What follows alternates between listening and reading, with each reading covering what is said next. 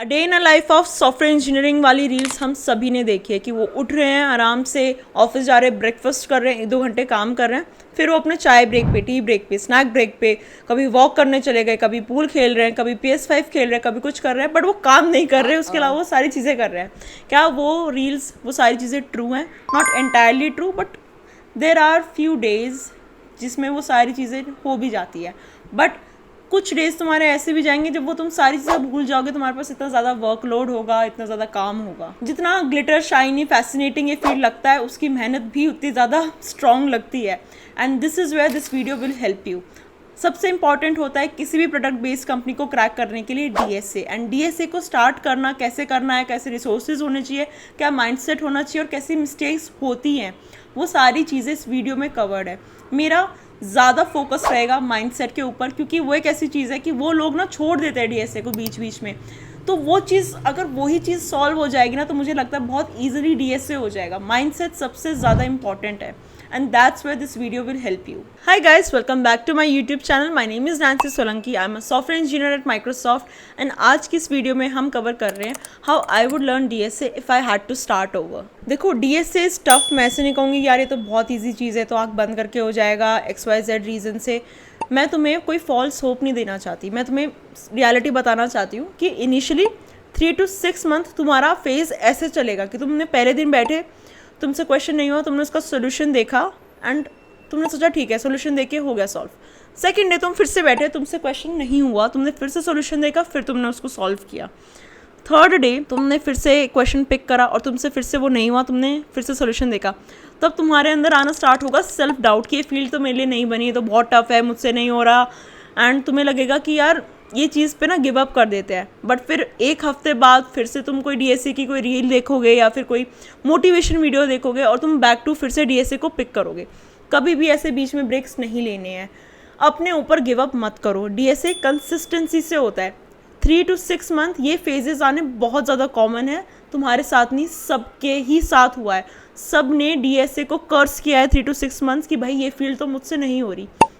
धीरे धीरे चीज़ें ईज आउट होंगी एंड मैं गारंटी देती हूँ कि ईज आउट ज़रूर होंगी अगर तुम 3 to 6 मंथ्स कंसिस्टेंटली बैठ के अपने ऊपर गिव अप ना करो। देखो, ये माइंडसेट होना बहुत ज़्यादा इंपॉर्टेंट है जब तुम डे से स्टार्ट कर रहे हो या फिर तुम उस प्रोसेस में हो, क्योंकि ये तुम्हारा गेम मेक या ब्रेक कर सकता है। सबसे पहले अगर हम करिकुलम की बात करें तो सबसे पहले तुम्हें एक लैंग्वेज पिक करनी है जिसमें तुम DSA कर सको। लैंग्वेज कैन बी एनीथिंग, चाहे वो C++ हो, चाहे वो जावा हो, बिल्कुल मैटर नहीं करता है। मैटर करता है कि तुम इंटरव्यू में उस क्वेश्चन को सॉल्व कर सकते हो या नहीं कर सकते। Language is not something that will make or break your game in interviews. Language complete करने के बाद हम ध्यान देते हैं स्पेस एंड टाइम कॉम्प्लेक्सिटी पे कि किस एल्गोरिथम की, किस फॉर लूप की, कैसे कैसे कंडीशंस में कौन कौन सी टाइम कॉम्प्लेक्सिटी होती है एंड स्पेस टाइम कॉम्प्लेक्सिटी कैसे हम कैलकुलेट करते हैं। जब तुम्हारी ये 2 चीज़ें कंप्लीट हो जाएगी फिर तुम आ सकते हो DSA पे। DSA के लिए मैं कुछ फ्री रिसोर्सेज बताऊंगी, जैसे कि नीट कोड की यूट्यूब प्लेलिस्ट, पेप कोडिंग का एक यूट्यूब चैनल है, उसको तुम चेकआउट कर सकते हो। टेक यू फॉरवर्ड का यूट्यूब प्लेलिस्ट है, उसको तुम चेकआउट कर सकते हो। वहाँ पे कॉन्सेप्ट्स बहुत अच्छे से पढ़ाए हुए हैं एंड जो क्वेश्चंस उन्होंने करा रखे हैं वो क्वालिटी क्वेश्चंस है, तुम उनको फॉलो करके DSA बहुत आराम से सीख सकते हो। चाहे तुम कोई भी प्लेलिस्ट फॉलो करो, चाहे तुम कोई भी शीट फॉलो करो, एक चीज़ का हमेशा ध्यान रखना है DSA करने के लिए कि तुम पैटर्न्स रिकग्नाइज करना सीखो। ये मत सोचो कोई भी क्वेश्चन तुमने करा उसको मेमोराइज कर ले कि यार इस क्वेश्चन में मैंने ये डेटा स्ट्रक्चर यूज़ किया था।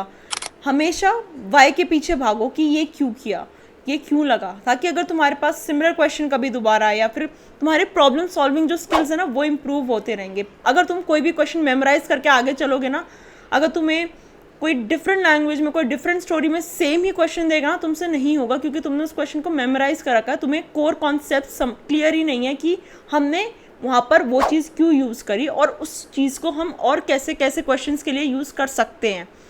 पैटर्न्स रिकॉग्नाइज करने सबसे ज़्यादा इंपॉर्टेंट है। उसके लिए मैंने एक अलग से वीडियो बनाई थी जिसका लिंक आपको डिस्क्रिप्शन में मिल जाएगा, आप उसको चेकआउट कर सकते हो, जिसमें मैंने 7 to 8 पैटर्न्स कवर करे थे जो कि तुम्हारे बहुत सारे क्वेश्चन सॉल्व कर सकते हैं लीड कोड पे। एंड सिस्टमैटिकली चलो। सिस्टमैटिकली चलने का मतलब ये है कि अगर मैंने अभी एरेज की 2 वीडियोस देखी है, मुझे एरेज के कॉन्सेप्ट पता चल गए कि कैसे इंसर्ट करना है, कैसे डिलीट करना है, कैसे मेमोरीज हम एलोकेट करते हैं वेक्टर्स में, एरेज में, तब उसके बाद तुम ये कॉन्सेप्ट्स पढ़ने के बाद तुम एरे के इजी क्वेश्चन अटेम्प्ट करोगे, फिर मीडियम और फिर हार्ड। डायरेक्टली रैंडम क्वेश्चंस पे मत चले जाओ एरे के कि भाई कोई भी रैंडम क्वेश्चंस तुम उसको बैठ के सॉल्व कर रहे हो।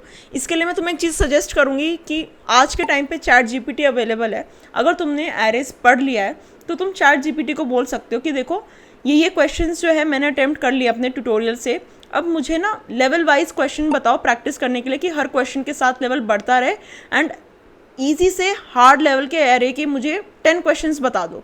तो वो तुम्हें 10 क्वेश्चंस बता देगा लिस्ट में, एंड फिर तुम उन 10 क्वेश्चंस को अटेम्प्ट कर सकते हो, जिससे कि तुम्हारी अंडरस्टैंडिंग और ज़्यादा स्ट्रांग होगी उस डेटा स्ट्रक्चर में।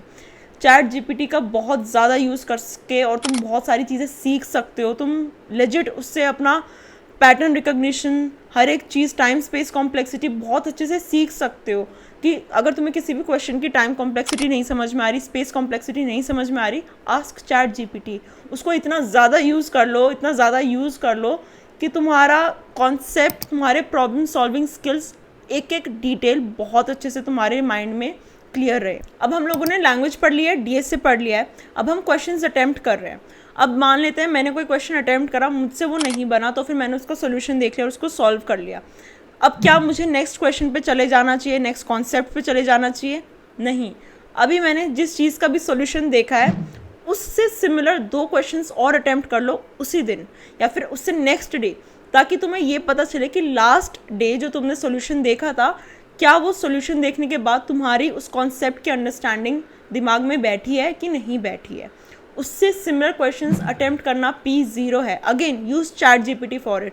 जो भी क्वेश्चन तुमने जिसका भी सॉल्यूशन देखा है, चैट जीपीटी को बोलो कि अगले मुझे 5 क्वेश्चन सिमिलर दो जिसको मैं सॉल्व कर सकूं और मैं इस कॉन्सेप्ट को स्ट्रॉन्ग कर सकूं। नेक्स्ट चीज़ जो तुम्हें अपनी प्रैक्टिस में इंप्लीमेंट करना है वो ये है कि तुम्हें स्ट्रीक्स के पीछे नहीं भागना। जो वो ग्रीन बॉक्सेस के पीछे लोग भागते हैं, जो नंबर्स के पीछे लोग भागते हैं कि भाई 500 क्वेश्चंस मुझे हर हाल में लीड कोड पे सॉल्व करके एक स्क्रीनशॉट डालना है लिंक्डइन पे, उस चीज़ के पीछे मत भागो, क्योंकि आज तक वो स्क्रीनशॉट दिखा के किसी को जॉब नहीं मिली है। अगर तुम इंटरव्यू के टाइम पे वो क्वेश्चंस सॉल्व कर पाते हो तो ही तुम्हारी जॉब लगेगी। वो 500 क्वेश्चंस दिखा के, वो स्क्रीनशॉट दिखा के कोई तुम्हें जॉब नहीं देगा। ये सारी चीज़ें हो जाने के बाद तुम रिवीजन पे ध्यान दे सकते हो। तुम अपनी एक नोटबुक क्रिएट कर सकते हो, या फिर माइक्रोसॉफ्ट का एक ऐप है वन नोटबुक, तुम उसको यूज़ कर सकते हो, अपने चैप्टर्स बना सकते हो, उसमें तुम अपने नोट्स को स्टोर कर सकते हो कि ये क्वेश्चन में मैंने ये अप्रोच लगाई थी, ये क्वेश्चन मुझे बहुत टफ लगा था, ताकि तुम हर वीकेंड दोबारा अपना रिविजन कर सको। जो क्वेश्चन तुम्हें टफ लगे थे, अगर तुम्हारे पास वीकेंड पे टाइम होता है तो उनको दोबारा अटेम्प्ट करो, ताकि तुम्हारे कॉन्सेप्ट्स क्लियरली दिमाग में बैठ जाए। DSA is all about mindset, more about कि भाई तुम कितने परसिस्टेंट हो अपनी चीज़ों को लेके, तुम गिव अप नहीं कर रहे हो अपने ऊपर। यही है DSA को करने का secret. So guys, I hope आपने इस वीडियो से बहुत कुछ सीखा होगा। अगर आपको कुछ भी वैल्यूएबल लगा है, कुछ भी इंसाइटफुल लगा है, तो नीचे कमेंट ज़रूर करना DSA रेडी। इससे मुझे ये पता चलता है कि कितने लोगों ने ये वीडियो एंड तक देखी है।